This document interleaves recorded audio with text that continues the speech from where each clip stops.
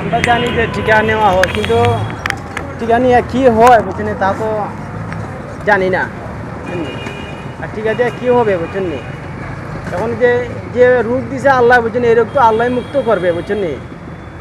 Corona virus আছে, আসলে corona ভাইরাসে কিন্তু বুঝছেন আমরা খুব আক্রান্ত আছি। যে আমরা দেখেন অন্য অন্য সময় আমরা 1000-1200টারও জোরে, আজকে এই করোনা যত লকডাউন দিছে, লকডাউনের মাঝে আমরা 100, 150, 200 টাকা পর্যন্ত আমরা বাচ্চা কাচ্চা বুঝছেন এই করে না খাইয়া আছে।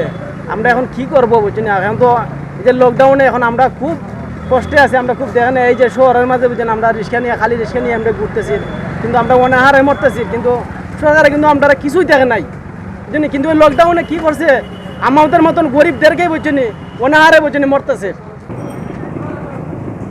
বঙ্গবন্ধুর কন্যা জননেত্রী শেখ হাসিনা তিনবারের প্রধানমন্ত্রী। আমি ওনার রাজনীতি করি, বঙ্গবন্ধুর আদর্শকে শ্রদ্ধা করি, যার জন্য আমি আওয়ামী লীগ করি। আওয়ামী পরিবারের সন্তান, যার জন্য আমি আওয়ামী লীগ করি।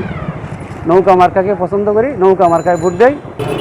কিন্তু পেটের অভাবে রিক্সা চালাই, বাচ্চা কাচ্চা নিয়ে চলমু কীভাবে, এই জন্য রিক্সা চালাই। আমার একটা বাড়ি ঘরও নাই, একটা বাড়ি ঘরের জন্য তালিকা দিছি, অলরেডি নাম গেছে, আজকে 2 বছর ঘুরতেছি। আমাদের সমস্যা এটাই, রিক্সা রুজি হয় কম, চলাটা আমাদের কষ্ট।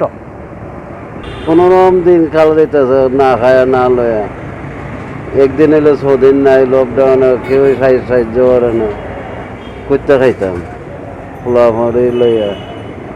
সকালায় আয়ও তো ঘুমাইতেছে, কোনো কাম কাজ নাই, কিচ্ছু করার নাই,